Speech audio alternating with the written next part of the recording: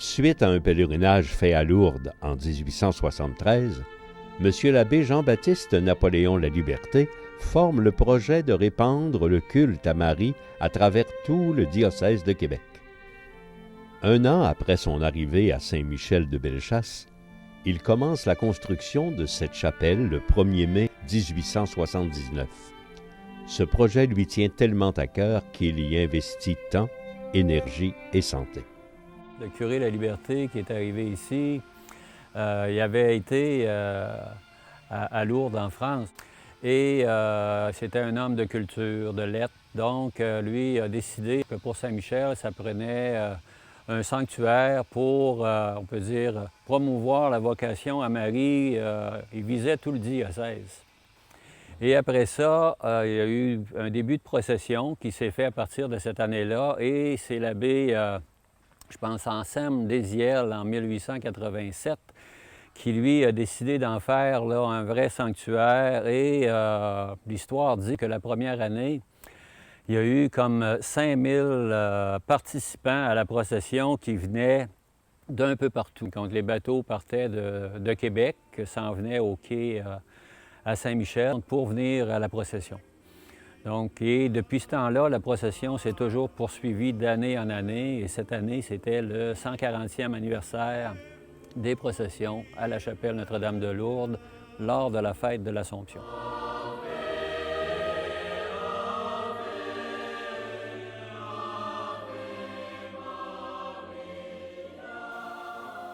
Vous qui êtes venus célébrer l'Assomption pour la 140e année dans cette église de Saint-Michel de Bellechasse et à la chapelle Notre-Dame de Lourdes, vous continuez à vivre, à faire revivre cette tradition.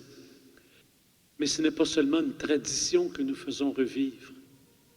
Nous revenons ici aux sources de notre foi. Nous revenons ici parce que Marie nous attire. Marie nous attire pour nous conduire à son Fils Jésus.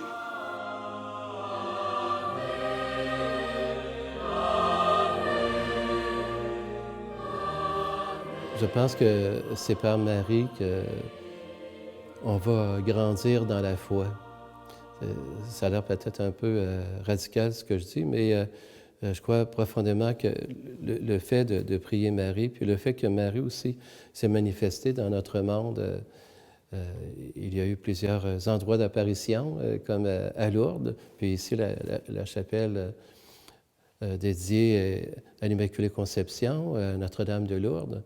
Alors c'est un exemple, mais aussi à Fatima. La Vierge s'est manifestée, puis elle a demandé justement qu'on prie pour la conversion des hommes et des femmes de tous les temps. Là. Alors c'est ça que pour moi, les changements sociaux, les changements importants dans l'Église, à mon avis, il faut que ça passe par Marie, par la Vierge Marie. Je crois vraiment que le fait de la prier va donner un mouvement, va donner une propulsion à l'évangélisation, à mon avis. Ave Maria, Ave Maria, je m'en remets à toi, Ave Maria.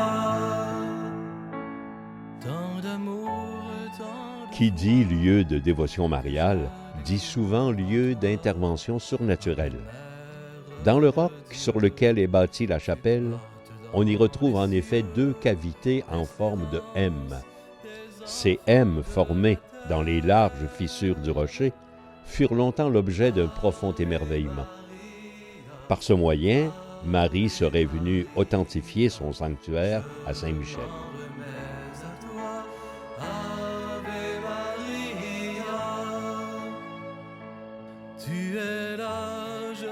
Oui, cette résidence-là pour accueillir les pèlerins, c'est justement l'abbé Désiel qui l'a fait construire parce que quand on fait une première procession puis qu'il y a 5000 personnes, donc c'est sûr que les années d'après, il y avait beaucoup de monde qui venait. Cette maison-là se trouve à ma droite. et elle est toujours bien solide. Aujourd'hui, c'est sûr que ça a été, de par les années, après une fromagerie et je pense un atelier de bois, pour le bois, mais aujourd'hui, c'est une résidence avec des appartements. Il y a toujours eu la messe le dimanche qui suivait la fête de l'Assomption et une procession au flambeau qui partait de l'église du village pour s'en venir jusqu'à la chapelle Notre-Dame de Lourdes.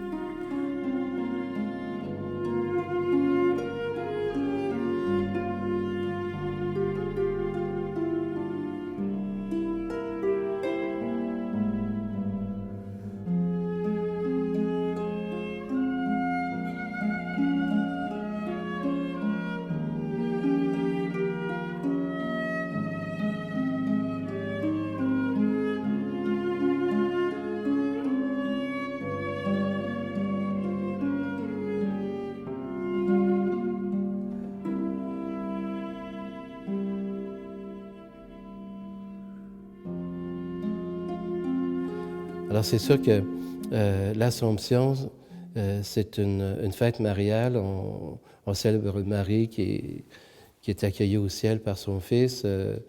Et ça nous donne justement l'espérance que nous autres aussi, un jour, on va rejoindre Marie. On va rejoindre Jésus dans la maison de Dieu.